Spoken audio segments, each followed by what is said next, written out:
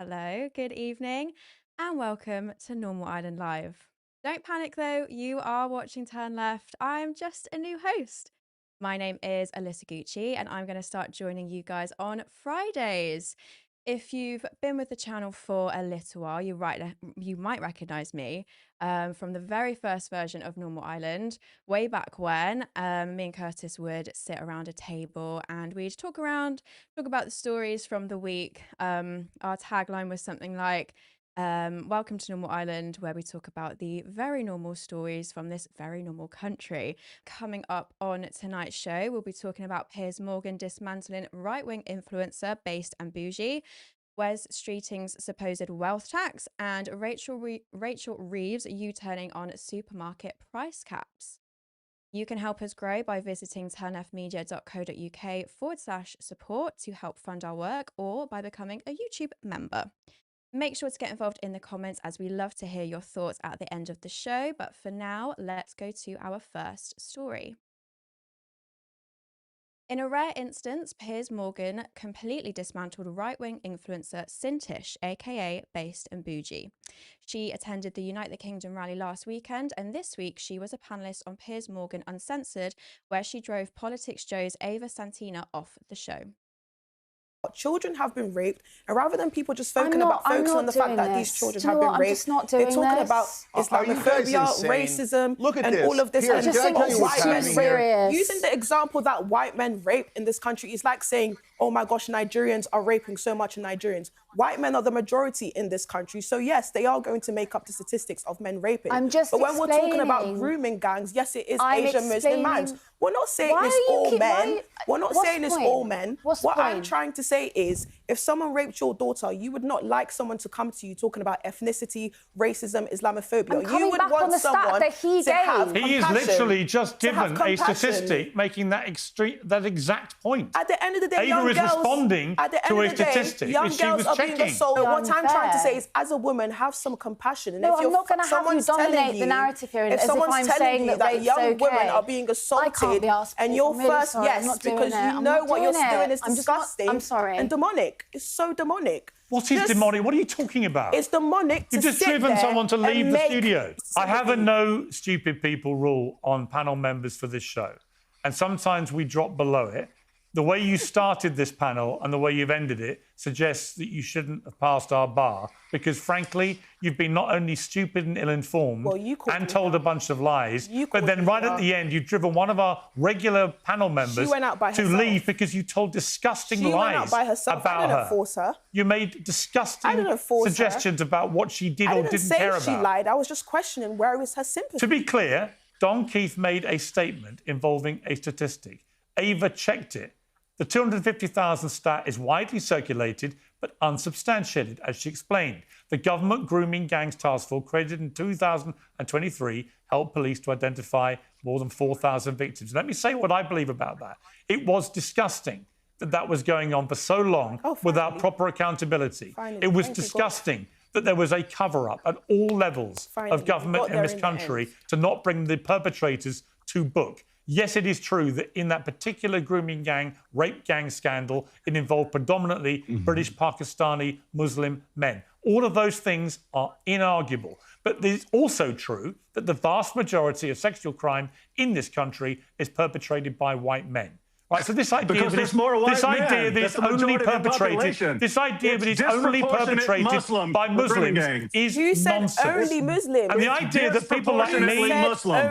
people like me or Ava Santina have no compassion for the victims, when all we have done for the last few years is express loudly and repeatedly our compassion for the victims and our outrage about the scandal, is frankly ignorant, stupid, and disgustingly offensive. And I don't blame Ava for leaving. And you, I'm afraid, if you ever come back here, which I think is unlikely, Sintish, you should be better informed. And when you're on a panel, you should listen to what people are actually saying before you smear them in the way that you smeared them.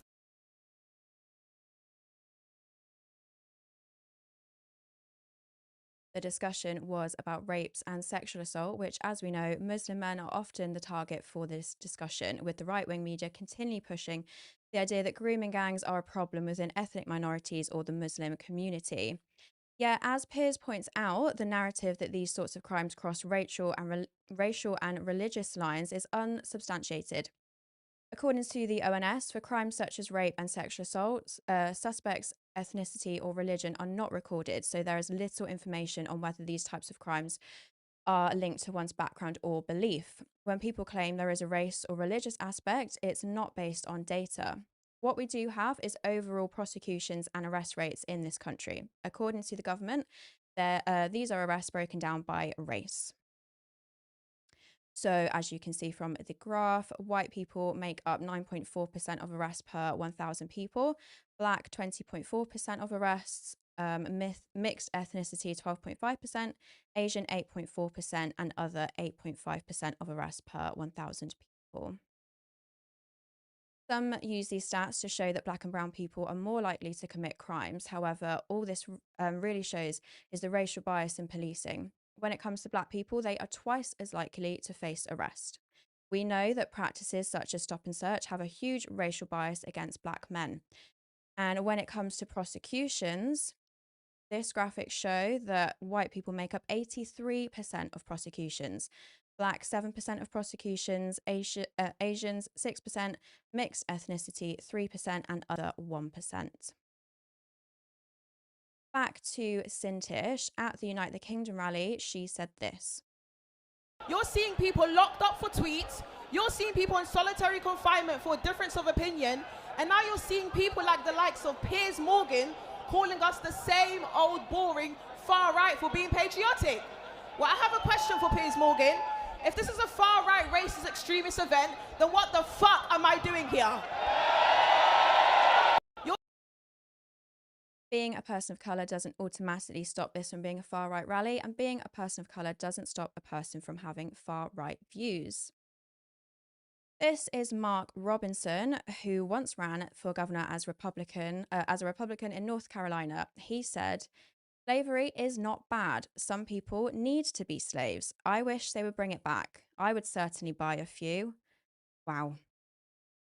He also called himself a black Nazi on a porn website. Are we going to act like Robinson isn't far right?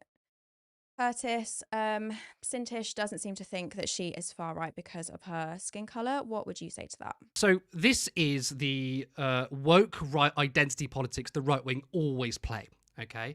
Now, you cannot use your blackness to shield your politics. You simply can't, right? It's not like we don't define people on people's races. The ironic thing is this is what the right wing said about the left. Oh, it's all about identity politics. It's not about your personal views.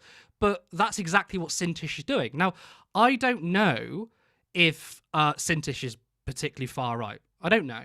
But what is true is she's sharing a platform with people on the far right, with extremist people, with religious fundamentalists, with Christo-fascists, right? That's true. And just because she's black doesn't mean that, you know, that completely absolves all of the political views of other people. That's not true. It's a good way to sort of try and, you know, deflect, though. Because, of course, she was saying, look, I'm black, so this is not far right. The media are lying about you. Well, we literally had a guy bring up the Crusades 1,000 years ago. You had people basically starting a civil war. They want a civil war between Christians and Muslims. Yeah, didn't Tommy Robinson during one of his speeches last weekend was literally saying, like, we need to get ready to fight. And that's, if that's not inciting violence and that kind of thing, it's, I don't know what is. It's really scary, though. Well, and, you know, last year, the last Unite the Kingdom rally, we had Elon Musk there, foreign billionaire, by the way. He himself is, and I will say this, is a Nazi. I do cringe when people overuse the term Nazi and fascist, but this guy is. I mean, he literally backed the AfD in Germany, who are a neo-Nazi party. He's pushing conspiracy theories that there's a genuine white genocide. In fact, he had a massive crash out quite recently over the Boys finale because Homelander is supposed to be Donald Trump and he's supposed to be the symbol of fascism. And when, spoiler alert, Oh no! I shall not say it. Okay, I've not watched the ending. yet. The ending is not very satisfying for a lot of right-wing viewers because they're like, "Oh my god, this is so political." I digress. I don't want to spoil it. The point. That whole show is political. Like, that's mad. But it's simply just satire of the real world. So when people attack the boys, like, oh, this is so ridiculous. Like, yeah, they're probably even downplaying what reality is like. But you've got Elon Musk saying that the left are inherently violent and you either fight or you die. That is a man who does not belong to this country, is a billionaire, could be the world's first trillionaire, literally bought the American election saying we should have a civil war in this country. So if you're hanging around with these people, then don't cry when people call you far right. There's a long history of minorities supporting far right causes. It just happens because at the end of the day, people of color or people from different communities are not a monolith. You could expect, if you're a person of color, you are, you're woke to injustices. Therefore, you automatically side with other people facing injustice. I actually think that's something the left gets wrong. We sometimes project our own politics onto people, onto minorities, expecting them to reciprocate. But then we're like, oh my God, what? Like, sometimes there's an immediate reaction from the left to say, why is this black guy supporting Nigel Farage? He's voting against his interests. That's true. But I think the way we go about it, let's maybe try and, have a more of a conversation. Again, people are going to disagree with that, but what is absolutely true is your policies, your views. That's the most important thing, which is what the right wing said they used to believe in. They said it's all about the personal. We don't see race, we don't see colour. They used to say that bullshit, and now they're trying to use identity politics to stop us from criticising their very, very harmful politics. I think that's part of the thing, is that we kind of associate the far right with white supremacy. But obviously, that's not the case. There's many facets to far rightism that isn't just around race or immigration, or obviously that makes up a big part of it. And as you said, we kind of expect people of color, because they are often the victims of people with these, far right views, to understand that they are victims of it, but they kind of aren't always, or they don't at least see themselves as victims in this kind of instance. In terms of Piers Morgan, though, if we go back to that first clip, I mean, even a broken clock is right twice a day. But what did you make of his comments to Sintish on the show? Well, obviously, like right now, we're praising Piers Morgan because he took down a right-wing influencer.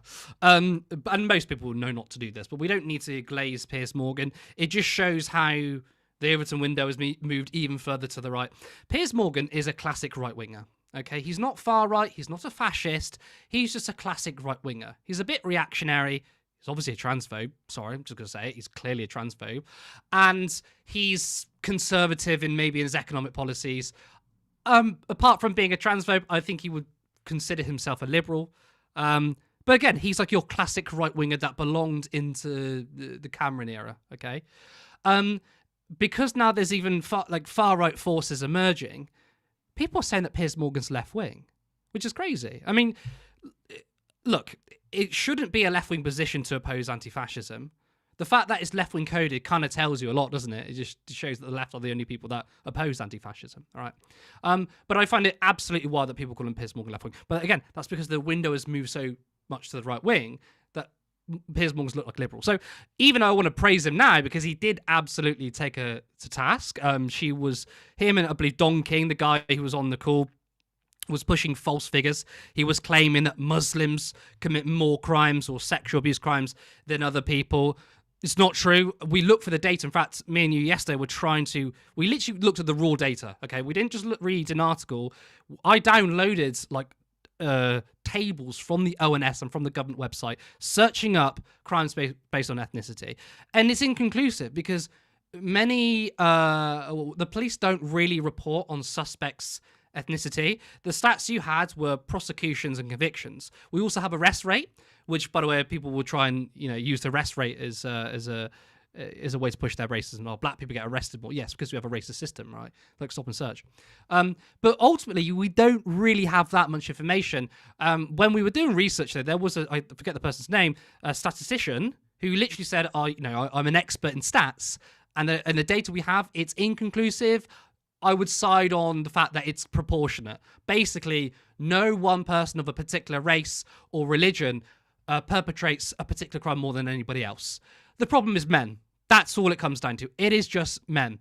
And we talk about how or the right wing talk about how this country is not a multicultural society or multiculturalism has failed. But we don't talk about man culture, male culture. And that's something that permeates across the globe, not just in this country. You go to America. I mean, there's some states in America where you can literally marry children.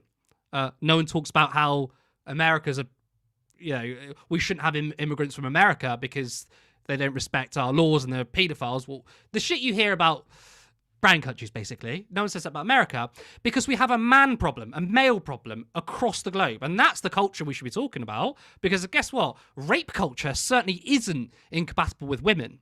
One of the things that I'm putting out as part of my campaign is a proposal for a wealth tax that works. And what I'm proposing to do is equalise rates of capital gains and income tax. And I'm proposing that for a few reasons. Firstly, there's a fundamental issue of fairness and a case I've made for a long time, which is it is just not fair that a cleaner employed, in this country would pay a lower marginal rate of taxation than a landlord whose assets are appreciating in value. And so the approach that I'm setting out and the kite that I'm flying in this leadership contest will be to equalise those rates with allowances for genuine entrepreneurialism, investment, reinvestment, so that we can be both pro-worker, pro-entrepreneurialism, pro-fairness, and in the course of that, generate up to £12 billion worth of revenues that can be invested. As he explained, the policy is to equalise income and capital gains tax. As we know, when it comes to income tax, we have three bands, 20%, 40% and 45%. With capital gains, there are only two, the basic rate of 18% and the higher rate of 26%. According to Centax, they estimate that equalising capital gains will bring in £14 billion. Many people have claimed our current tax system is unfair. Workers being taxed more than those that earn a passive income, such as landlords.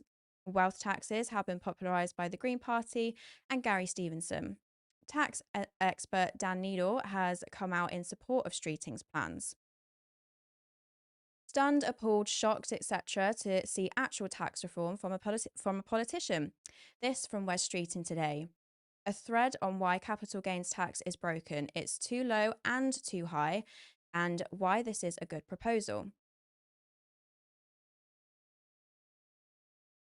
It then led to this exchange. Joe Lever, Greens have been proposing this for some time, Dan Needle, no, they propose hiking the rate, but not an indexation allowance, economically dangerous, and will raise much less than anticipated. I wrote about it when covering election manifestos. What is Needle referring to when he mentions indexing? Well, under Streeting's plans, tax rates will be adjusted for inflation. Therefore, if on paper it looks like someone has made more from capital, but in actuality it's a result of inflation, this would be adjusted to make sure that you wouldn't be taxed more. Needle may be referring to the Laffer curve, which is a theory that there is a sweet spot for taxation. Tax too little, not enough revenue for the Treasury; tax too much, divestment and capital flight. Note that this is a theory that not everyone shares. Of course, there's no surprise that the right wing have jumped in with these ill-informed takes. Tory peer Daniel Hannan said, a wealth tax will drive entrepreneurs overseas, reduce revenue and harm growth. It will tackle regional inequality only in the sense of destroying wealth. If it commands huge public support, that is because politicians shamelessly appeal to the most ignorant voters. Curtis, I know you love talking about taxes. What's your take on Streeting's plans? I mean, we all expect the argument it was, you tax people too much and they leave. So let's break this down into different parts. I'm going to talk about the economic side and then I'm going to talk about the political side. The economic side, this is not a wealth tax. Okay, it's important to say it's not a wealth tax. He's simply increasing capital gains tax. That's not a new tax. Okay, we wouldn't say that if we were to increase income tax, say the top band from 45% to 50%, we wouldn't say it's a new tax. We would say we are just increasing an existing tax. That's what Wes Streeting is planning to do. Now, don't get me wrong. It is the absolute correct decision to equalise capital gains and income tax. It's absolutely shameful that those who make their capital, not through work, but through assets, namely housing, because guess what? I'm going to talk about landlords in a second. That to me is crazy that you're taxed less than when you go out to work. And of course, the line that's been popularised by Gary Stevenson, tax wealth, not work, is very effective because that's exactly what it is. So Wes Streeting is correct to say we need to essentially tax wealth, okay? And it's not fair that, a landlord can pay effectively less tax than a cleaner. Okay, so it's crazy that happens. But he's not being truthful when he says this is a wealth tax, when he calls it a wealth tax that works. The wealth tax is one that's been proposed by the Green Party, which is a tax on wealth on those that derive an income of £10 million or more from assets of 2%. So that's a completely separate wealth tax. Now, the negatives of both Wes Streeting's tax and the Green Party's taxes, it does not go far enough. Absolutely not. Because the point of taxes isn't to bring in money for the Treasury. Wes Streeting says it brings in £12 billion a year for equalising the capital gains taxes.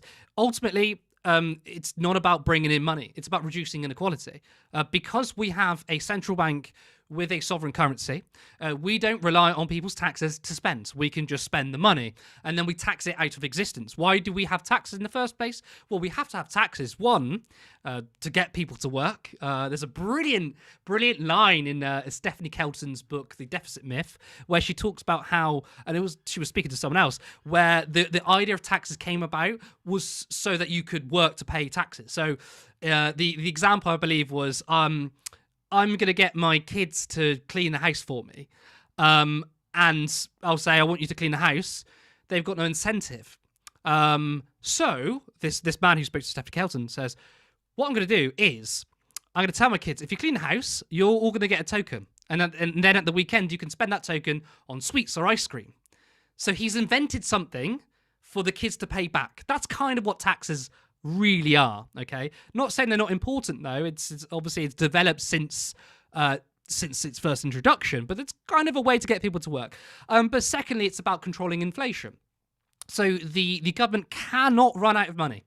You cannot run out of money. When I say this, especially on Twitter, people lose their shit. Like, this guy doesn't know anything. He's economically illiterate. Pretending that the economy is like a household budget, that's economically illiterate. You can't go bankrupt, okay? We cannot do that. We have a sovereign currency. So if we spend money on schools and hospitals, etc., that's great. If we spend maybe too much money in a particular area, that's where inflation happens. So if inflation starts to creep up, you need to take money out of the economy, and you do that by taxes. That's why we have tax in the first place. Now, currently, our economy is completely skewed towards the 1%, the multi-millionaires and the billionaires. They have all of the income. They're too rich, okay? This is not an envious argument. It's what Gary Stevenson says. If you have an economy in which the people at the top own everything or have enough money to buy up all the assets, what happens? It means ordinary people can't get those assets, like housing, for example. That's the reason why we have a housing crisis. It's not because we don't build enough homes. There's 1 million empty properties in this country. The idea that it's simply just to do with the amount of houses being built, that's crazy. I'm not saying we should stop building houses or not build a lot of housing, but it's important to make sure we have council houses and to take power away from landlords. So when you have assets and you can derive an income from your assets, you get unbelievably rich. And you price everybody out. So that's why we need wealth taxes. It's not to bring in money for the Treasury, but it's basically to make the richer poorer. I'm sorry if that sounds like it's envious. It's not supposed to be envious. It's simply because it's unsustainable to have an economy where you have a handful of people owning so much. So that is why, to sort of circle back, that is why Wes Streeting and the Green Party's proposal doesn't go far enough, because they communicate the taxes in a way that still kind of says, we're doing it for money, we're doing it for revenue. Like, hey, we're not going to tax you very much, but it brings in £12 billion a year, etc. And it's like, but the point isn't to bring in money. Therefore, you need wealth taxes of like 50%. Now, why are the Greens not calling for that kind of that large tax, shall I say, or why they're not calling for a 50% wealth tax, is because it would be unpalatable, and it's the smart thing to do, right? You would have to make a very, very small concession, say it's only a small tax to push the dial. So Wes Streeting, again, like his rebalancing of income and capital gains taxes won't really do much, anything at all. It is a fair policy. It just won't do very much. Now, the political side. I don't believe Wes Streeting. This guy is on the right of the Labour Party, like the very right of the Labour Party. He's championed privatisation. He's never really spoken about this before. I think when he was a Labour student, he may have talked about this, but really hasn't pushed for it. Funny, though, that there's a leadership election happening. And not only does the country like wealth taxes, the Labour membership likes wealth taxes. So Wes Streeting is simply pitching himself to the membership, hoping that maybe people might start to vote for him because, oh, you know what? Wes Streeting's going to bring in a wealth tax. This guy won't do it. He absolutely will not do it. And if he does do it, just equalising capital gains with income tax, again, that's not a wealth tax. You're simply just increasing capital gains taxes. So the media have been talking about this being wealth tax. It's simply not true. I think I 100% agree with you that it's definitely not a wealth tax. And I think it's kind of being framed as that and being called that so that it sounds appealing to the membership, as you said, with the sort of leadership race coming up. What's your, I mean, you kind of touched on it briefly at the start, but what's your response to when right-wingers do make claims that if you bring in wealth taxes, if you tax the rich more, they're going to leave, all of that kind of jazz? My favourite pastime is to tackle right-wing myths and their economic illiteracy. The irony here is that the left always paint as those that don't understand the economy. It's not true. It's absolutely not true. The right wing buy into orthodox macroeconomics, which is that the government's like a household budget, right? So first of all, when they say a wealth tax won't work because the rich leave, it's not true. Rich people do not leave. There was a study by Patriotic Millionaire and Tax Justice. They wanted to see if there was actually a mass exodus of rich people and if there was capital flight due to taxes. It's not true. Something like less than 1% of millionaires left. However, I've debated this on GB News, for example, and of course they are the capital channel, right? They're just funded by billionaires, so they push billionaire propaganda. They love to cite this newspaper article that says 10,000 millionaires left. If you're an individual millionaire, if you want to leave, you can fucking go, right? Let the door fucking kick you in the ass. It makes no difference to us. In fact, one could argue you're less of a fucking burden. Although again, I don't subscribe to that kind of economic thinking because it's all relative.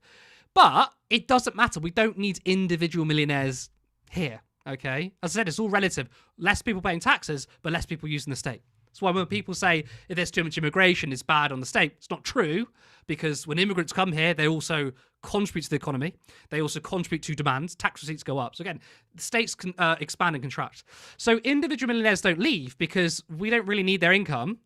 Okay, we have 30 other million people we can derive taxes from for their income. The problem is wealth and its assets, and you can't take that shit with you.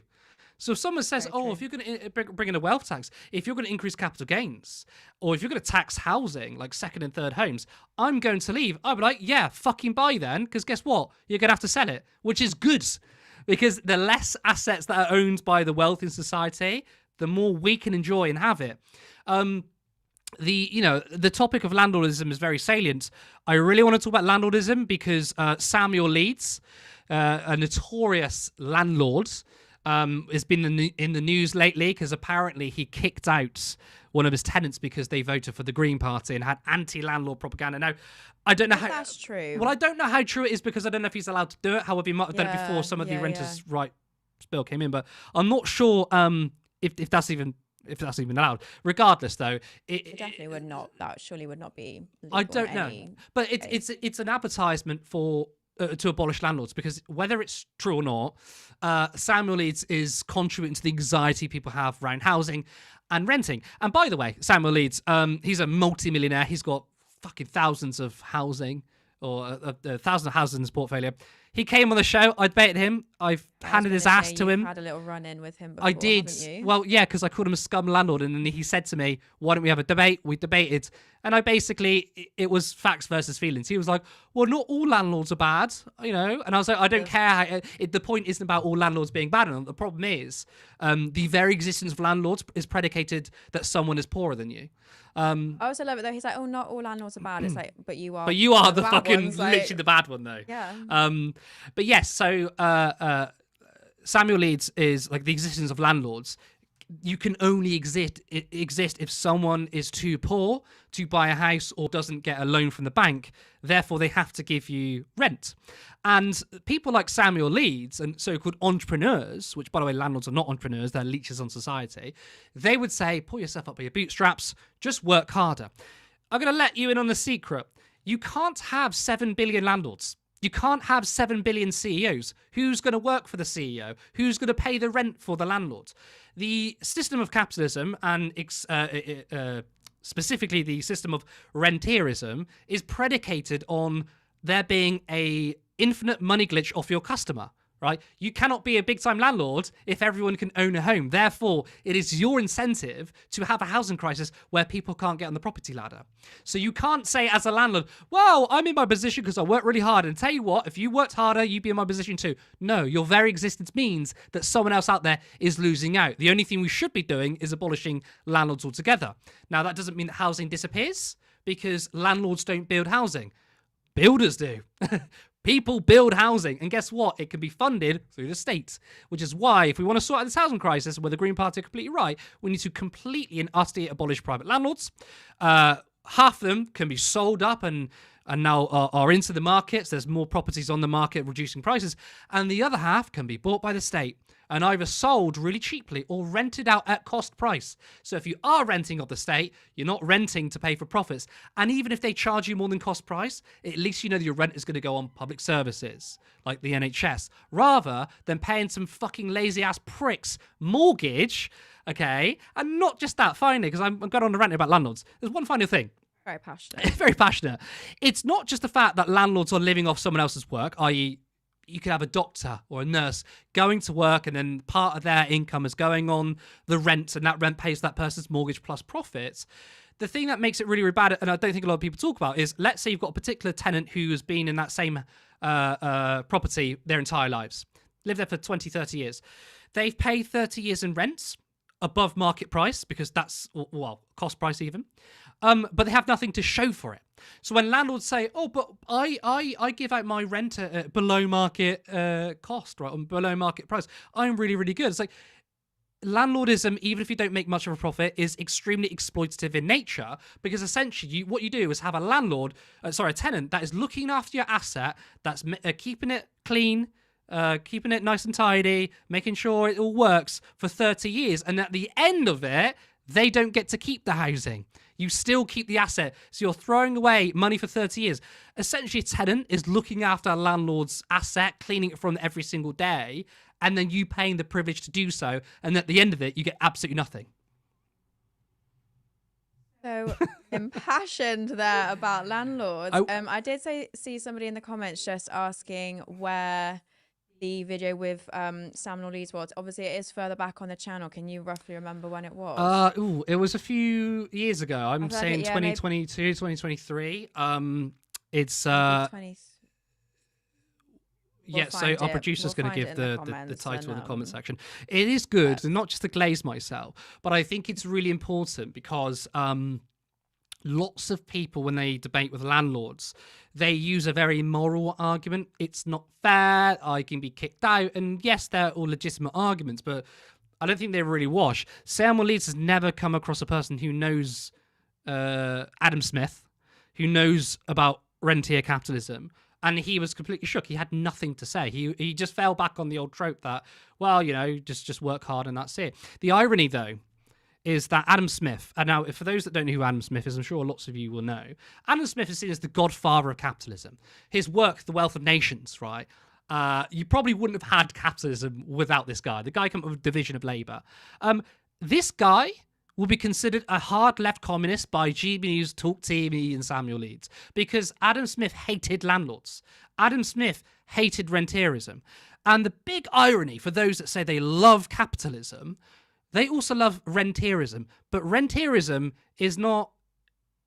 Well, I do think that rentierism is a natural byproduct of capitalism. But for those that say they like capitalism because it's about freedom, entrepreneurship, whatever, rentierism is basically living in a feudal system. So, as a Marxist, capitalism was a necessary step away from feudalism. It made the country richer, people were freer, markets are better than a feudal society.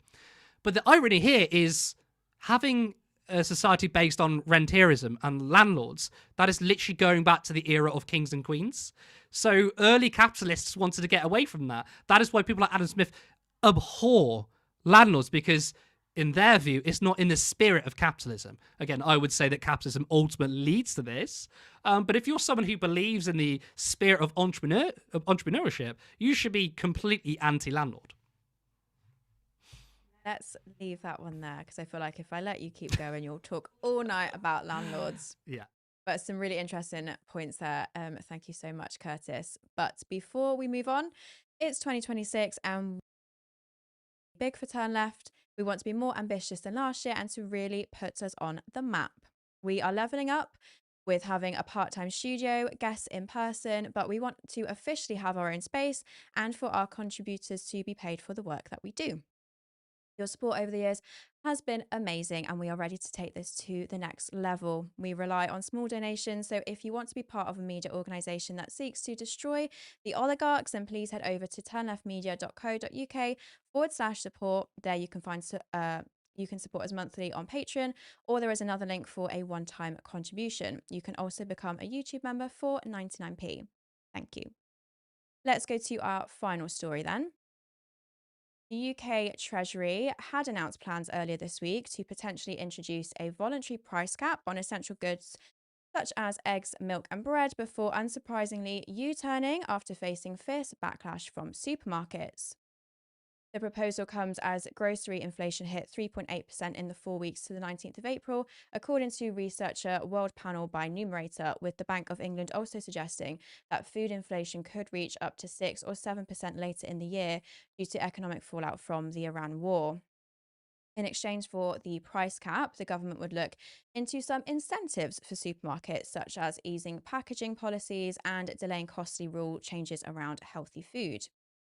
The proposal has been met with disdain from supermarket big bosses, leading Chancellor Rachel Reeves to backtrack. Marks and Spencer CEO Stuart Machin called the plans completely preposterous, saying, "I don't think government should be trying to run business. They should try to understand business better. There is so much in the government's control. My advice is to try to reduce tax and regulatory burden and free us up in a very competitive market." He went on to say that businesses face a triple whammy of headwinds with increased taxation, a greater regulatory burden, and ongoing global conflict. He said ministers can do things to relieve some pressure and help retailers grow and invest. So, growing and investing are more important than the cost of living, it would seem. This comes from the same CEO that earlier this year said we had developed a misplaced obsession with work-life balance and that he was uncomfortable with leaders and staff becoming completely switched off on holiday. Ugh. While it is true that supermarkets and many other businesses are facing increased costs due to the employer national insurance increase, new levy on packaging, and general increased costs, supermarkets continue to announce record growth and profits. Tesco saw a 4.6% growth in sales for the 25-26 tax year, equating to operating profits of around £3 billion. Sainsbury's saw operating profits of just over £1 billion, which was down 1.1% on the previous year due to price investments, but also saw sales growth of 4.9%. Marks and Spencer's is a slightly different story, as they suffered a huge cyber attack last year that severely ate into their profits due to costs surrounding the attack, but still managed to see a 7% increase in sales on groceries. And I think I probably contributed maybe 4% of that in cookie sales, because they are delicious. So overall, you could argue that supermarkets aren't doing too badly. Now, would this price cap actually help households in a meaningful way? According to a Financial Times article, an analysis by BNP Paribas called into question whether price caps on essentials would even save households a meaningful amount of money. The analysts estimated that if the price of eggs, milk, bananas, bread, potatoes, and butter were capped to protect consumers from a further 5% rise in prices, the average household would save 80p a week. The Treasury have said that the Chancellor has been clear that we want to do more to help keep costs down for families and will set out more detail in due course. Well, I don't think 80p a week even scratches the surface of what needs to be done to help with food costs. Curtis, let's have your thoughts on this story. Before I talk about the policy itself, I want to just talk about how weak Labour and Rachel Reeves are. First of all, the policy is not to enforce price caps. It was simply a voluntary thing. So it's like, oh, can we have price caps, please? That's literally the Labour Party. That's not a policy, you know. It's like saying, can we just not have war, please? People stop doing war. That's our policy. It's not a policy. It's ridiculous. So it just shows how absolutely weak the Labour Party are, that they're not willing to intervene in the economy to make life better for people. They're merely suggesting it to big-time supermarket chains, which is obviously not really going to work. And then secondly, the slightest bit of pushback, she completely folds. So politically speaking, this is utterly pathetic from Rachel Reeves and utterly pathetic from the Labour Party. Now, ironically, I'm not necessarily in favour of price caps in certain areas. So this particular policy might not work because you were right to point out that when it comes to specific groceries like bread and milk, etc., that actually has a very low profit margin. Supermarkets don't make a lot of money off those particular things. They actually make more money off other things, more miscellaneous items, clothing actually, in supermarkets. When it comes to food, it's a very, very low profit margin. So doing a price cap on that might not have the effects that's intended. What I find quite crazy to me is we do have a Labour government that doesn't want to intervene into the market to improve lives, whilst we have Zohran Mamdani in New York literally announcing state-run grocery stores. Now, Zohran Mamdani is mayor of New York. He doesn't have control over the US Treasury. Therefore, he runs the city just like how we run local councils, as in it quite literally is a household budget. He can only spend what is given. And the remarkable work he's done by getting the city out of a budget deficit is really good. Of course, yes, he did receive funds from the government because they are going to have that. But ultimately, Zohran Mamdani can only do what he can with the funds he's given. Okay, the British government, as I explained earlier, we have a central bank, we have a sovereign currency. We can just spend money and then tax out of existence as long as we control inflation. The fact that Zohran Mamdani can do so much more as mayor rather than the Labour Party who actually have the capture of the British state shows that politicians can do so much more. They're just unwilling to do it. So when politicians say to you, we can't do this, we can't do that, they're fucking lying. They can do a lot more.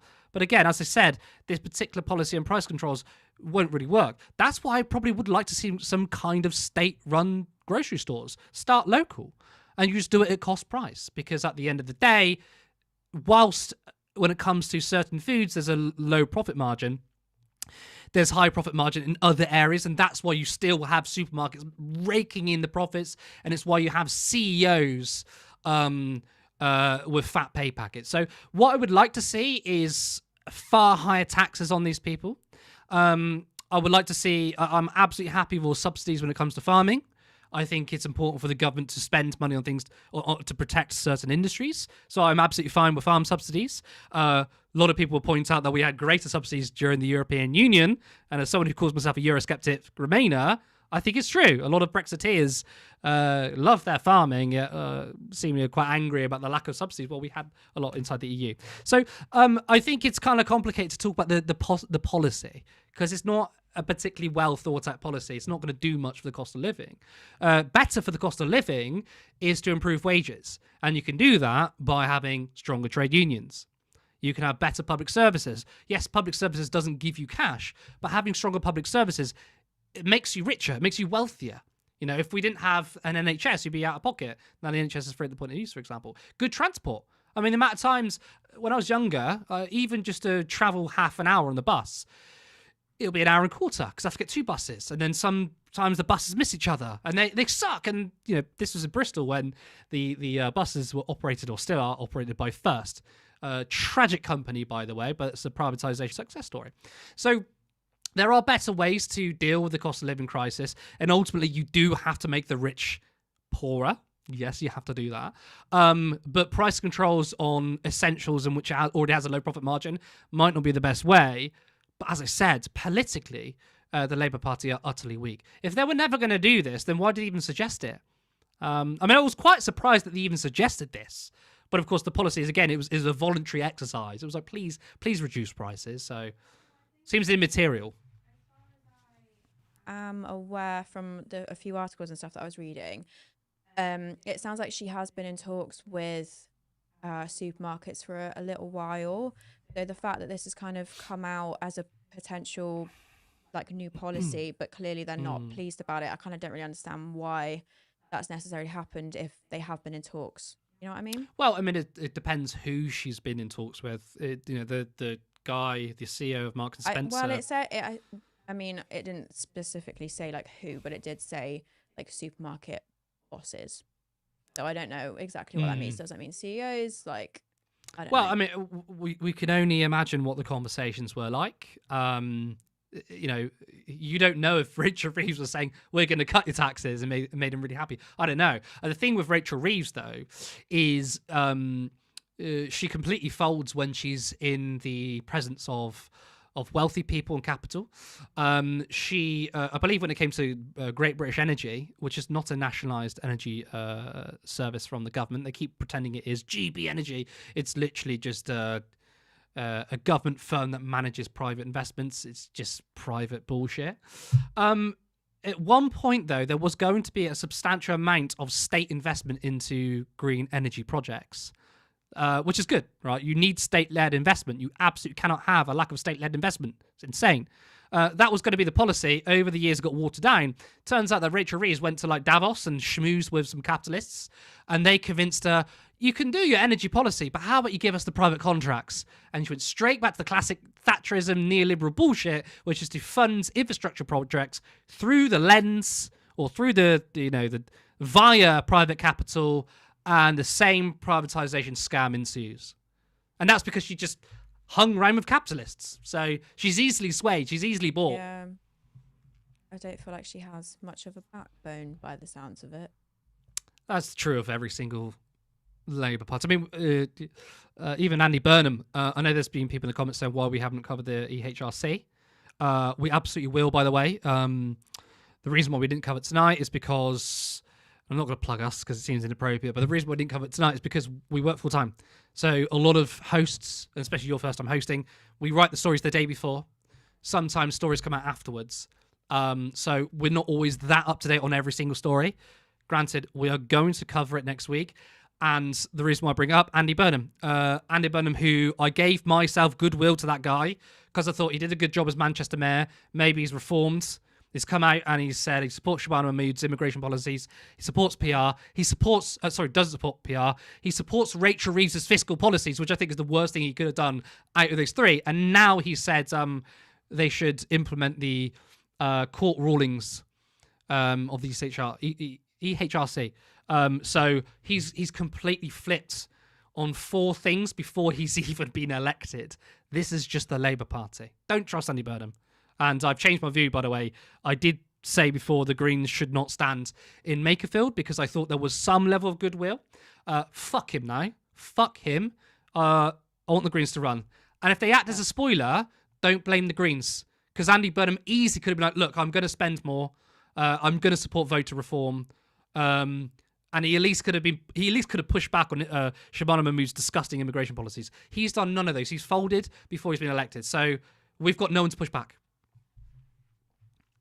Okay, let's leave it there for this evening on stories. And as you said, we will cover that one next week. And let's bring in our producer for the evening and go through some of our comments. Hello, producer. Excellent. Hello. How lovely of you both to bring me in. I appreciate it. Yes, I hope you can both hear me okay. Yes. Yeah, all good? Because we were having some audio issues earlier. Just wanted to double check. Yes, the stream has been a little bit messy recently. Let me just, I've just spotted something. Bear with me just a second. Hold on, if I just... There we go. We found the missing name tag that we were looking for earlier. Apologies about that. Let's go through some of the comments. Let's start with the super chats. Lovely to see you all tonight. Michael kindly gifted a Turn Left membership. Thank you, Michael. Always good to see you. And Graves X just became a member. Absolutely brilliant to see you, Graves. Yeah, welcome in. It's lovely to see new people. Specs Bean Farmer gifted 5 Turn Left memberships. Specs, you're amazing. We love you. Thank you so much for that. And for the £5 you donated. And you said that we usually hang out in the voice chat of the Discord after the show. All are welcome. Join the community. Brackets, can a mod please post a link to the Discord? Link. I think we also need to start plugging our Twitch. I've had a few people in We the chat do. like, plug the Twitch. I don't know how to affiliate. I'm sorry. I need to sit down and work out how you do it to make us where we can make money from Jeff Bezos. Yes. We're gonna destroy the oligarchs by taking their money first. Yuri Gibson gifted 5 Turn Left memberships. Thank you so much, Yuri. Thank you very much. You absolute star. And Deus X Ollie said gave £2 and said, landlords, yes or no? I guess we'll never know Curtis's real take. Yeah, on that. I'm sort of on the fence He's with that one, wasn't I? very secretive about his opinion. just close to his heart. just going to purchase a guillotine, but it's all just like, you know, I'm not biased. You know. Someone for cutting paper, obviously. Obviously. I don't have those neat edges. For the flyers, he's going to cut the pamphlets he's making. Yes, Turn Left posters. Yes, and Sarah, someone in the comments said that they think that Sarah might have become a landlord recently, so we'll all bear that in mind. I don't know why people are bullying Sarah. I don't know where that's come from. I also saw a comment earlier that said something welcoming me, so thank you, but also was like, oh, I hope not replacing Sarah. Absolutely not replacing Sarah. I think she's back next week. We'll see Sarah again next week. Yeah, just as soon as she works we her way out. we've been saying behind the scenes for so long, we need more women on the channel. So there's also that as well. Yeah, she'll be back as soon as she works out how to chew through the duct tape. Cool. Terry Regan said, welcome to the club, Alyssa. And so many people were saying, hey, and welcome. Thank you. Thanks, guys. Yeah. It's really good to have you join us, of course. And let's start with the Piers Morgan story. Jamie Alice said, Penis Morgan is a contrarian who will say and do whatever is going to generate the most engagement. That is absolutely true. And I think that's worth bearing in mind. Also, when we first did that story, that we were having tech issues with the mic. I think it's okay to mention in this section. And we had a lot of comments like, ASMR Curtis and I love Curtis ASMR. Yes, me too. Curtis trying to not wake his mum upstairs as well. I mean, she's a bit further away than upstairs, but yeah, she's 2 stories up. This is the basement, isn't it? Yes, Wooniverse Girl said, I call her, meaning based in Bougie, far right because economically she is right wing. I don't know what her social views are, but I can guess she's on the authoritarian side. Is this mostly how you guys sort of view it? Like, generally, what makes somebody right wing can be determined pretty much by their economic views more often than their social views, although people are socially regressive. For example, you wouldn't necessarily class George Galloway as far right, even though his social views are extremely regressive. Yeah, I think I agree with that. Like, it's if even if I don't believe he is, but even if George Galloway was like a communist, he's like, I believe that we should dismantle the state, but is socially right wing. It will be hard to call him far right. I call him like a left, or not left, like a social conservative, or maybe a reactionary socialist. I agree. I think though with Bougie Sintish, I feel like her social views are more apparent. I don't think she has any economic theory though. I mean, she'll probably tout the BS right-wing myth that like we need taxes low on the rich and stuff. Like you ask Tommy Robinson, he's not going to come out and be like, I believe in the redistribution of wealth. I believe in UBI and universal basic services. You know, he's probably going to be like, yeah, I think rich people should be taxed less, given the fact that that guy is literally funded by the wealthy. So I don't, but we don't really know her economic issues. I think she's more clear about the social issues. What she's been doing on Piers Morgan, for example. I think the thing is, like, the two often go hand in hand, don't they? Like, you don't often get people. I mean, I know you just gave the George Galloway example, but generally speaking, I don't think you get people who are right wing on one thing and not on the other. I think they kind of go hand in hand. So you can that's kind of definitely true. guess and make judgment, I suppose. And I suppose I don't think I've ever heard someone be considered far right in their economic policy. You would just say they're libertarian, and then you just laugh at them because they don't ask a libertarian what their views on age of consent, and then you just let them dig a hole for themselves. But you don't typically describe people on the far left, far right spectrum based on the economy. So yeah, I think I agree with your analysis about George Galloway. He's still a fucking melt though. Yes, and Alyssa is correct as well that like he's the exception, not the rule, when it comes to these people. And of course, the libertarian walks into a bar, says to the bartender, "Can I have a pint, please?" And then the building falls down and collapses on all of them due to a lack of building regulation, and they all die. Yeah. Okay, so Legelo Deville said, I met a trans woman who voted reform the other day, borrowing from a conservative trans woman who was popular on YouTube. Borrowing from a conservative trans woman who's popular on YouTube, stupidity is intersectional. Wow. And I thought that also tapped into something that Alyssa said earlier, which is that we often expect people with some kind of minority status to be left-wing as victims. And it's one of the weaknesses of fronting identity at the front of our politics. Although identity is important and something that we should always bear in mind, ultimately you bring the economics first, and then the identity. The identity is carried forward.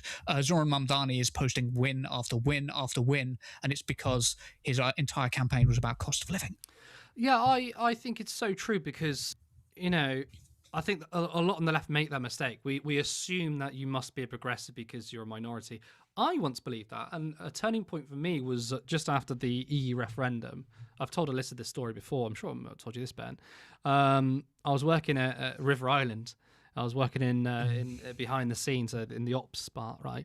And there was a member of staff who was Romanian, and she told me she voted Leave in the referendum, and I was like, "What? But you're an immigrant. You should be doing that." And it was peak I thought very naive politics there. That was obviously 10 years ago now, because now I've understood there's another layer to it. There are many immigrants who can just be just as reactionary because they might believe they're the good immigrant, and everyone that came after them are the bad immigrant. I believe in immigration. It's just those that are sponging. Even when you go to the United Kingdom rally, I'm sure you might have spoke to people who are like, "I've got no problem with immigration. It's just those bloody illegals." But it's you keep on othering people. If your personal situation, you're doing everything right, but everyone else is doing something wrong. So once you understand that, it's time to drop the identity first. It's not to ignore it. Let the right wing do that. Going back to Sintish, she's saying this can't be a far right rally because I'm black. And it's you can do that bullshit identity politics all you want, but your views are what matter, and the people you hang around are what matter. That's the important thing. You can understand identity insofar that class and identity intersect. If you're a black person, you have an extra level of oppression under capitalism because you're black and working class. We can understand that, but we don't say blackness is the only thing that matters to you and your class position doesn't. That's what liberals and the right will do.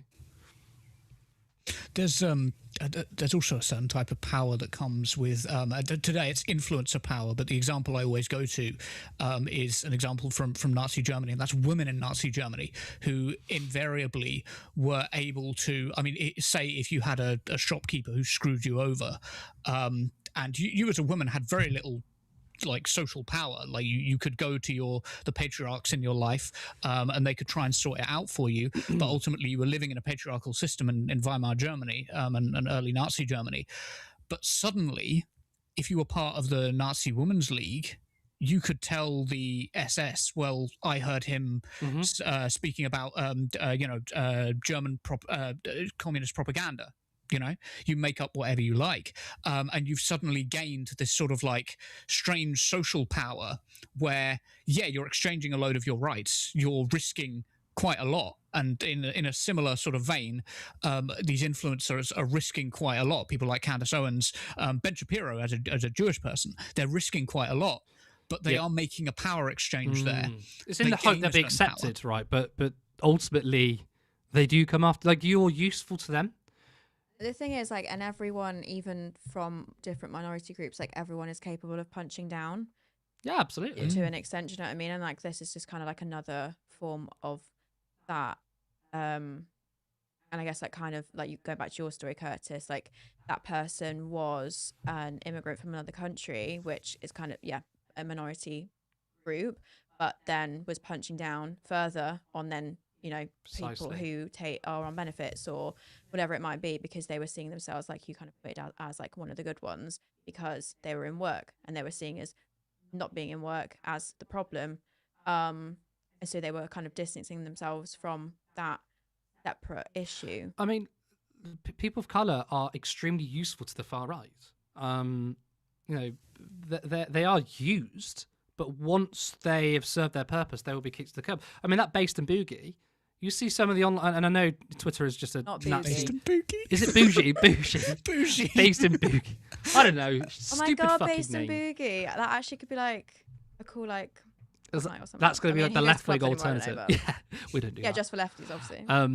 And again, I know Twitter's just a Nazi hellhole, but the litany of racist comments from her, like, I mean, what she's saying is based. She's still black and we're going to deport her, and it's like, this is the thing. Like, she will be useful to try and temper and deflect we're not far right until it's too late. And then it's like, actually. I know, that's what I was actually just going to say. It's like, they will realise, but once it's gone and it's too late and they're already in power, and then all these horrible things are happening to them when they didn't think that they were included in all the things that they were literally saying out loud. They're saying it out loud to your face, but for whatever reason, they don't want to hear it. An inability to empathise with others is one of the things that allows the far right to thrive. So obviously we had some tech issues when that video wouldn't play of Wes Streeting saying about wealth taxes, and the immediate response from the audience was the screen went black, and then there was a cry of, no, give us a black screen, not Wesley. We played 6 minutes of Wesley, didn't we? Yes, apologies about that. Fuck off, Wesley. Jamie immediately shut up, Wesley. Which is great. We love that.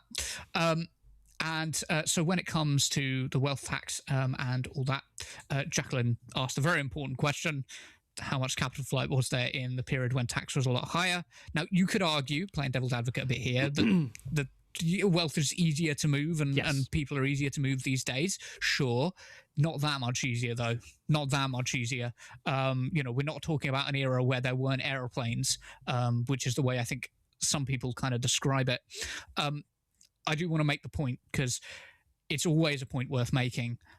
If it was simply the case that the lower you set your tax rates, the better your economy does, then Gibraltar, Panama, and the Cayman Islands would be setting global trade policy. They're not. Why the fuck are they not? Because they're not global trade powers. They're just used as havens, though. Yeah, when you create a tax haven, it doesn't benefit the population. You've just created a tax haven. You've just created a place for wealthy people to store their money. It doesn't benefit like ordinary people, you know?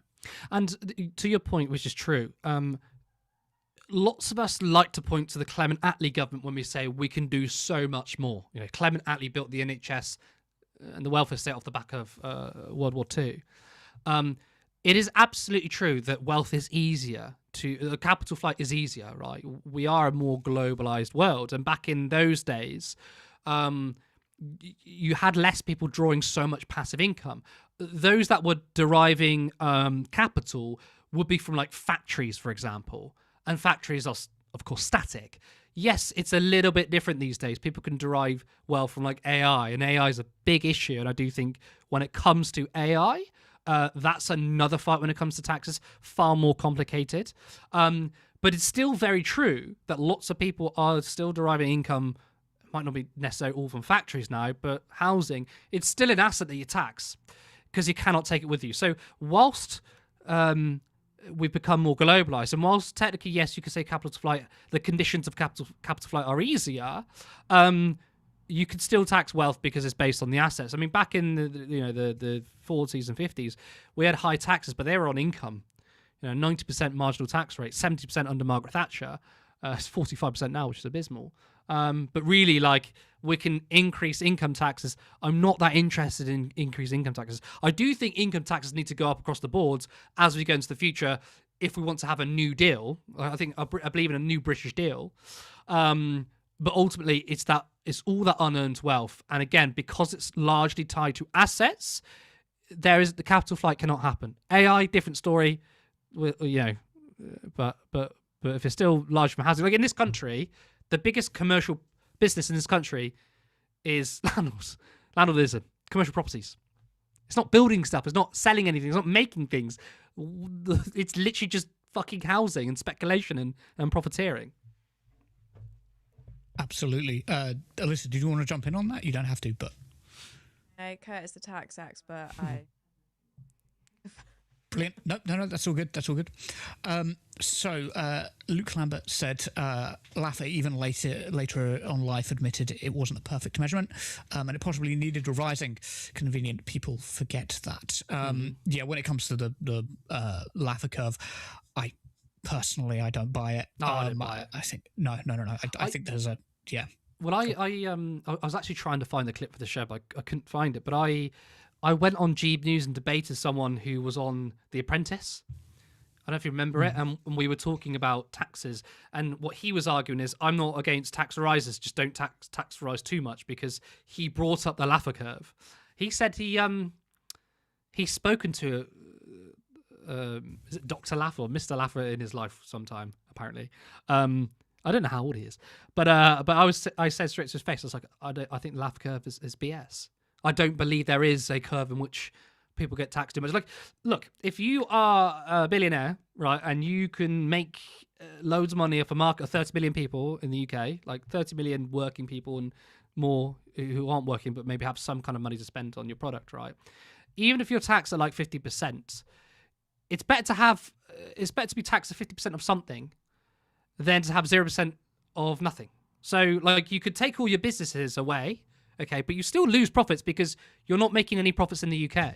That's why I don't buy it, because even if you're heavily taxed, you're still going to get some profit, but if you completely withdraw, then you're not going to make any money. It makes no difference. You might as well just be taxed a little bit more. I just think capital flight is utter BS.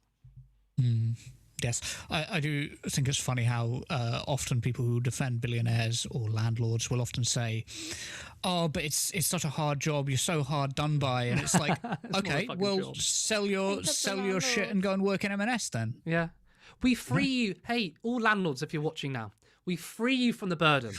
If it's that difficult and it's that hard, I'm with you. I support you. Stop being a landlord. I believe in you. I care about you. I empathise with you. Ends the burden. Stop being a landlord. I'm with you. Yes, definitely. I did want to let's go here because Jamie did ask what was the book that you mentioned, Curtis. Was it The Deficit Myth? The Deficit Myth by Stephanie Kelton. Genuinely fantastic read. Very accessible, and it's really good. I found it like really good when arguing with right-wingers on the economy, on taxes and spending. obviously there's a bunch of books about modern monetary theory, but I found her book to be very, very good. So I could not recommend it enough. Yes. And Katie Marshall, who does her own streams, said, infinite growth is not possible on a finite planet. Dan and the Laffer curve can piss off. And those of that ilk... Oh, sorry, that comment didn't move. And those of that ilk, if they leave, exit tax them. Exactly. Because no one talked about the exit tax. And, Spain has an exit tax. Yep. So yeah, straight away. Problem solved. Why, if other countries have things like that, why are our politicians so afraid of doing those things? It's helpful to look at their political donations, and then they sort of gives you the reason, you know. Yes, because most of the West is not. It's not a society. It's not a democracy. It's three corporations in a trench coat. Pretty much, you know. And Specs Bean Farmer rightly pointed out, any news on if the squillionaires have left New York since Mayor Zoran Mamdani has taken over. And it's happening. Deus Ex Ollie did say, where was this debate between you and Samuel Leeds? For those who want to know, the debate is titled Debating with the Chainsaw Landlord, Samuel Leeds. So, debating with the Chainsaw Landlord, Samuel Leeds. Maybe somebody can link it in the comments as well. I feel like somebody maybe did earlier, but I'm not sure if it was the same thing. But I thought I saw a link around when we were discussing it. Yeah, So, is that Vicky Clee? I'm sure somebody else will. It, yeah. Yes. Yes. I'm not usually someone that likes to praise myself, but I do think it was a good debate. I have to say, I did fucking wipe the floor with him. Nice. So that one's gonna said about the tenant that was kicked out by Samuel Leeds. He kicked out that tenant because it was a commercial lease. Okay. So he didn't have the same rights as a what's the term I'm looking for? Not non-commercial lease. Domestic lease, that's the word. Thank you, Alyssa. Yeah, because he did mention something about business. Yes. So I didn't look into it properly. I just saw his stupid Facebook post. So yes. But can I just point out, this is why it would benefit the economy massively to actually attack landlords, because they are holding businesses back as well. Exactly.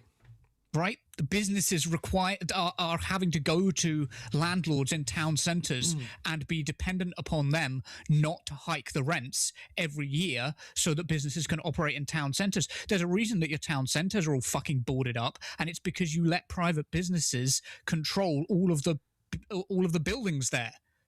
Just stop letting private renters, private landlords control those businesses, and those businesses will be able to flourish. This is something that even like your supermarket should be able to agree on. I just can't understand it. Someone needs to tell that fucking melt Adam Brooks, because he keeps on banging, I'm a pub landlord. The left don't understand the economy. Tax are too high. Someone needs to tell him that your biggest expenditure as a landlord is commercial rent. I keep bringing this up, but I only say it because I'm always aware that there's probably new viewers. I had a debate with a pub landlord, or a guy who's like from a pub federation, on GB News, and we literally only had like 2 minutes to speak at a time. But I said, look, we can look at maybe reducing taxes for small businesses and pub landlords, but ultimately the biggest burden is commercial rent. Like, another capitalist is screwing over this capitalist. So if we had state-owned properties, not just for living in, but also commercial properties, you can reduce the burden, make it cheaper. The guy emailed me literally afterwards, said, yeah, you're fucking bang on. We have a problem with corporate landlords. So when the Greens say, abolish landlords, and some right-wingers go, oh my God, it's communist claptrap. It's really not. It's very basic social democracy. 100 years ago, we almost outlawed landlordism, and that wasn't a left-wing policy. It was agreed across the left, centre, and right. Like, literally, right-wingers back in the day were saying that landlordism was rubbish.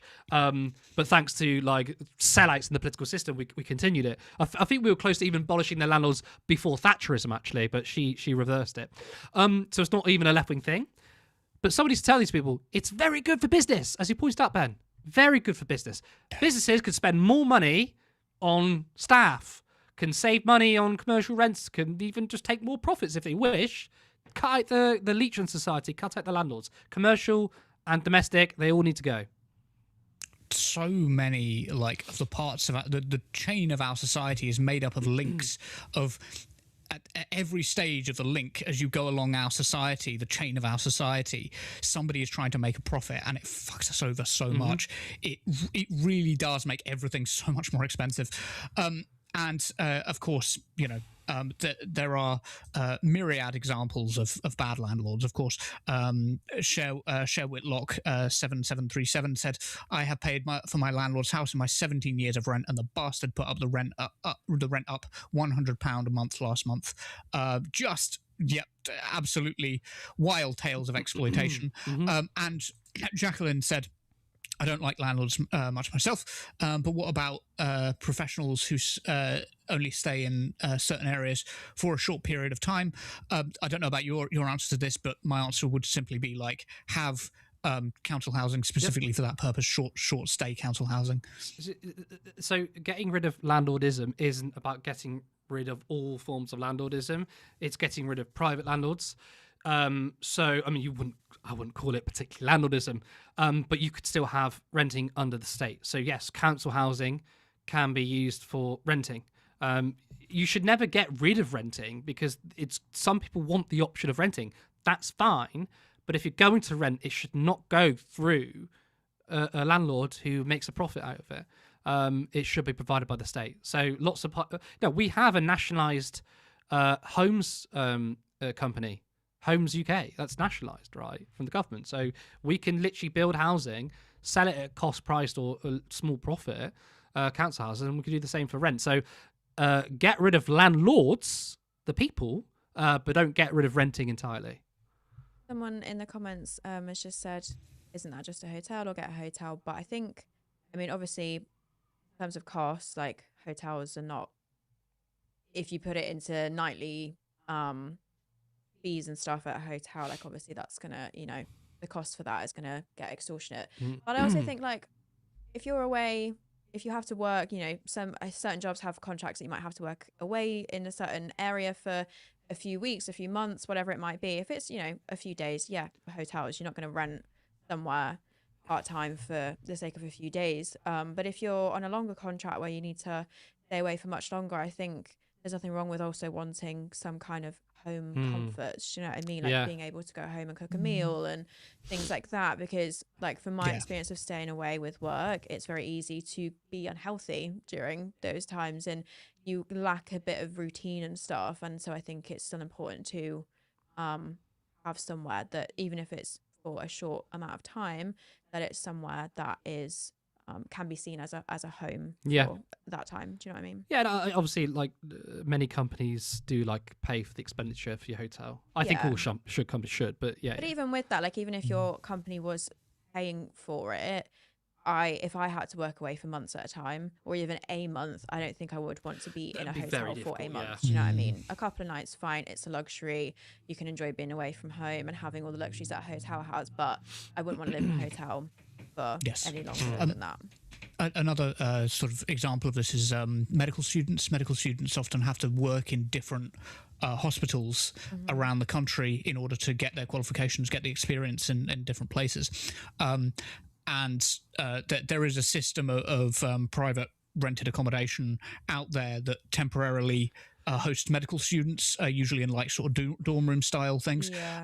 There's no real reason why you couldn't emulate something like that for short-term lets for people who are traveling for businesses and stuff like that, as at least an option. And many businesses would probably go for it, because you don't have to pay the profit of the private landlord on top of your other business expenses.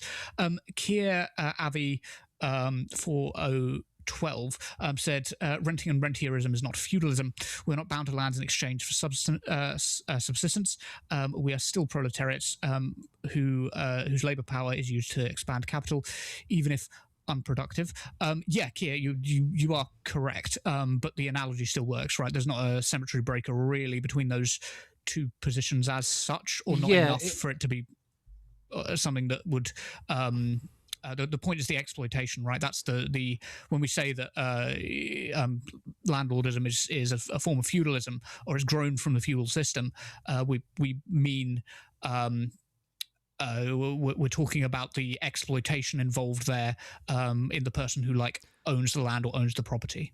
It's yeah. So I don't disagree with that. I was bringing up that point because kind of what you were saying, but also I don't say that moving towards a rentier system is not really capitalism. Some people would say that. I've read Yanis Varoufakis' Techno Feudalism. I think it's a brilliant book. I kind of like his theory, but some people criticize it by saying, well, you're trying to say it's a different system. It's still just capitalism. I guess this could fall into that. So I'm not saying that like mass rentierism is a feudal system insofar that I still think it's capitalism, which is why I said the rentierism is just a natural process of capitalism, like monopolization, for example. Because some people will say, oh, monopolization is corporatism, not capitalism. It's still very much capitalism. And I was merely speaking about how the early liberal writers and theologians who champions capitalism, because the old liberals were the ones that championed capitalism, said that it's based on a system of quite low profits, not big sort of corporations making loads of money. In fact, go down your local high street when you've got sort of small independent businesses. That was the theory of capitalism, that it would all be that. It will be the proletariat taking on their own destiny via capitalism. And even Marx, again, as a Marxist, a lot of people misunderstand about Marx, that he was always against capitalism. No, he said that capitalism was a necessary step out of feudalism, then you would transition into socialism. So whilst you're absolutely true, I'm not saying that like rentierism means we're in a different system. You're still selling your labor power to the capitalists.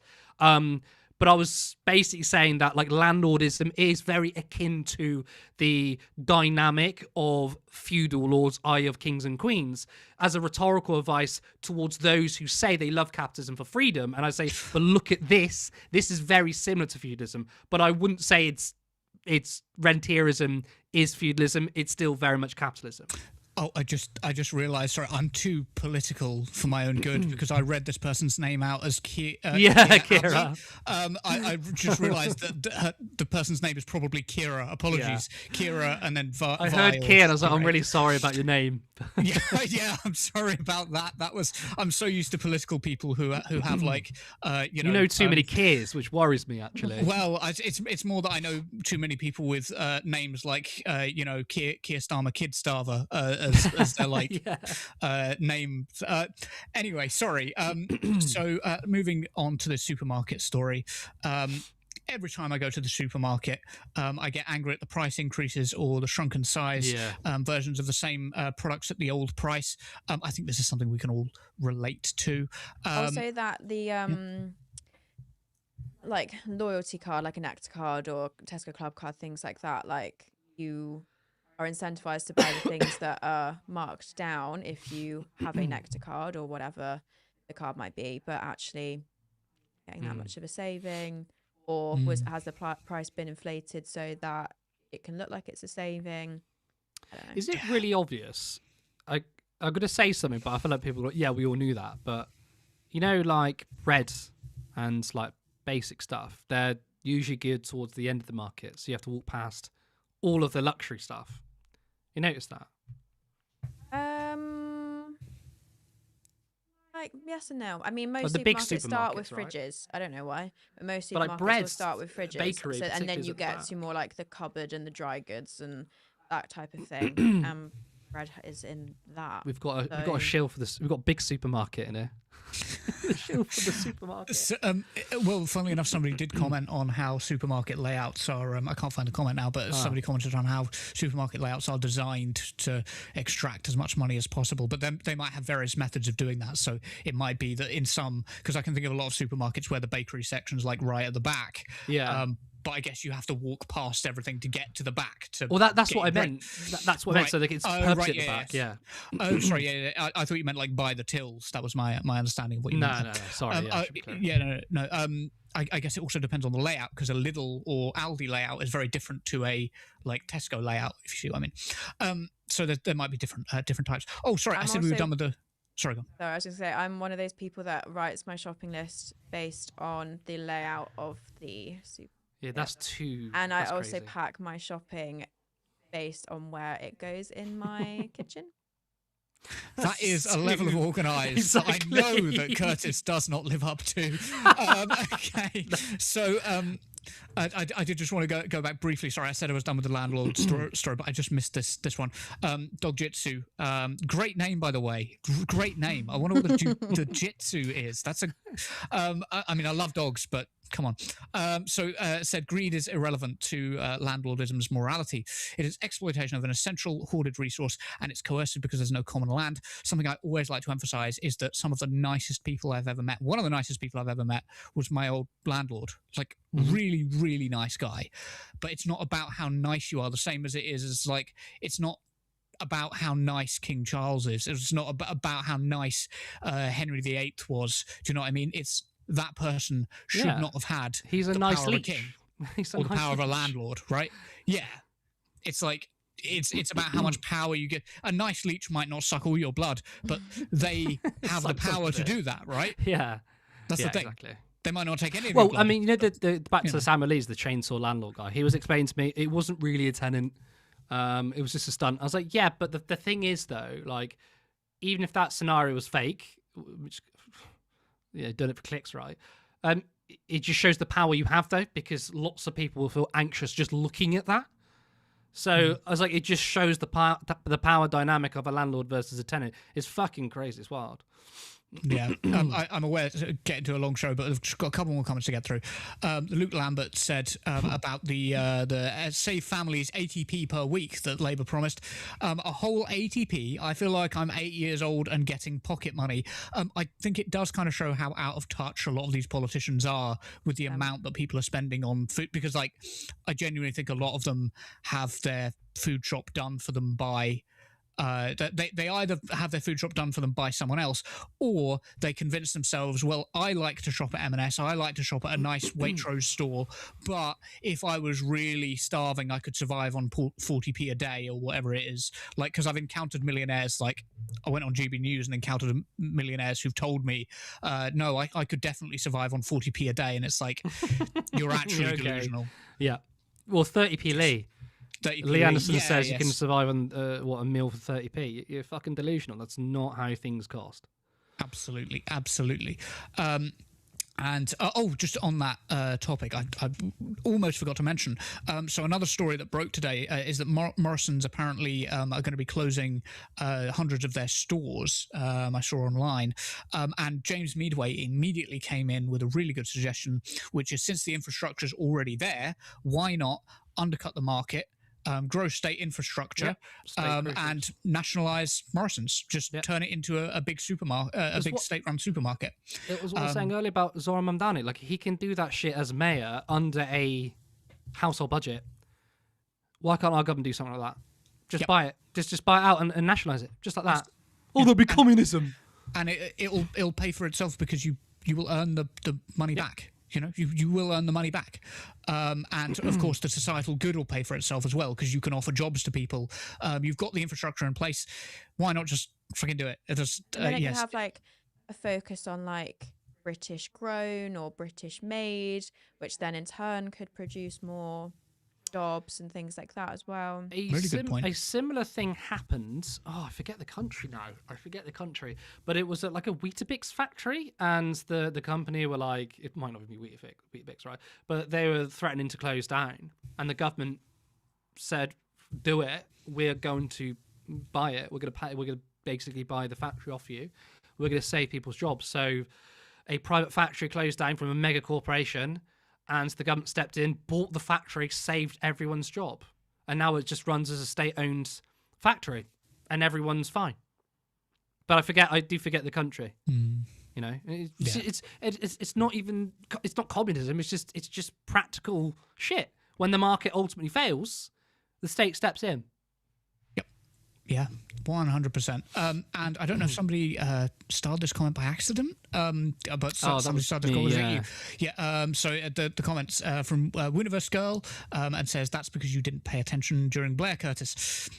It was obvious what kind of twat Andy Burnham is. Yes, I wanted to start it because I wasn't not paying attention. I know Andy Burnham's record. He voted for PFI, voted for the Iraq War. He was a member of the Labour Friends of Israel. I was never under the illusion that he was some kind of left-wing warrior. However, it was very clear the further away Andy Burnham is from Westminster, the more effective he is. Like, you can't deny he's done a good job as Manchester mayor. He's done some really good things, such as, again, nationalising buses. So I don't think it was naive to be like, look, it's possible that he's slightly changed now that he's brought himself out of the Westminster bubble. And I, at the time, simply said it might not be wise for the Greens to stand. One, because it's still true they can't win. Two, they'll look like the spoiler. And that still could be true, by the way, because not many people are going to be paying attention to the selling out of what Andy Burnham has done. So even if he were to lose this by-election and he loses because of a few hundred votes to the Greens, so the Greens are still going to get fucking really attacked for it. Lots of left-wing or progressive voters are going to be pissed off with it. That's also going to be true. But I don't think it's nice. Like, this is something we could probably work for, but I don't really trust him. Like, when it came to like PR and nationalisation, I wasn't under the illusion that he's going to bring that in if he was Prime Minister. What I was saying is, I thought it was right at the time for a Green person to stand. One, because I didn't want them getting blamed for being a spoiler, and two, I thought he's the only person that can defeat reform. And the socialist stance, the first thing should be stopping reform. That's the most important thing. I was never under the illusion that he would implement left-wing policies, but I did think he was never as right-wing as Keir Starmer. Of course, what I'm slightly surprised about is how quickly he's gone back on it. But I never believed he was this centre-left or social democrat or socialist. I was very aware of his record. Liberal. Oh God, it's windy outside, isn't it? Shit, Lynn. Shit, Lib. There's a lot of wind outside at the moment. Sorry, it must just be catching my mic. Also during Blair, we were. We were children, yeah. I mean, obviously, looked into stuff since. I was paying attention, but I was a bit busy. I was 7 or whatever. I didn't even. The year that I was, the year that Blair took power, I was a little bit busy that year, being born. That was the year. It's not an excuse. born. You call yourself a fucking journalist, is it? You should have known. Right? Part-timer, slacking. Should come out the womb. You should have come out the womb saying things can only get better. Jesus Christ. I just wanted to highlight Leo. Absolutely, we hear you, man. Leo said Half Navarra and Turn Left decided not to talk about Labour making public life impossible for trans people with their guidance yesterday. I love you guys, but I'm a little disappointed, not going to lie. Absolutely, Leo, you valid 100%. And I get it. It affects you personally, and it affects a lot of people in our audience personally. It is something we want to cover, but as Curtis said earlier, we are sort of like moving as we can and trying to cover the stories that we can. Sometimes a story comes out a little bit too late for us to cover it, or we feel it deserves more attention and depth than we're able to give it on a given evening. This is something that we would like to do interviews with people on.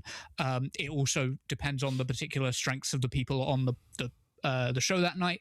I'd probably put it front and center on one of my shows, but it sort of like depends on your comfort levels with a particular topic or a particular story.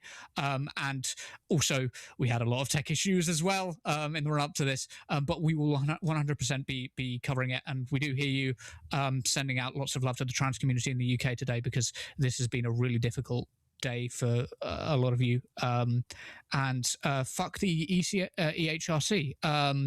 They should just be taken apart and abolished. I think it's wild to allow the EHRC joke organisation to carry on as they are.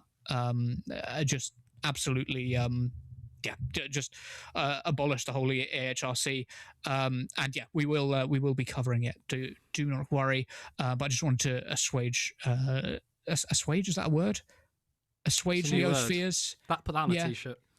Yes, put that on a t-shirt. Yep. No, absolutely, 100% hear you. Valid.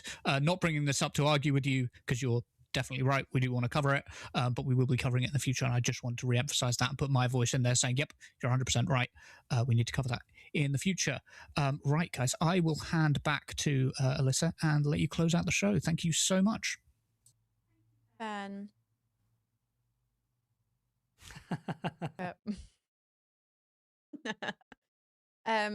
Well, thank you so much for watching tonight, guys, and thank you, Curtis, for joining me for my first show back. I think we're on together next Friday as well, right? Yes, probably. I I'd mean, say I know yes. you're taking up Fridays now. You're the Friday queen. Yes, I'm going to start to be the regular Friday host, so you will see me more regularly. I'm willing to sacrifice my Friday evenings after a long work week to come and hang out with you guys. So we better make it fun. Do the plug, so we don't have to work full time. Yes, all right. Please support us, etc., etc. But no, thank you so much for joining. Remember, we go live every Monday, Wednesday, and Friday at 7:30 p.m. You've been watching Normal Island Live. I'm Alyssa Gucci, and I'll see you next time.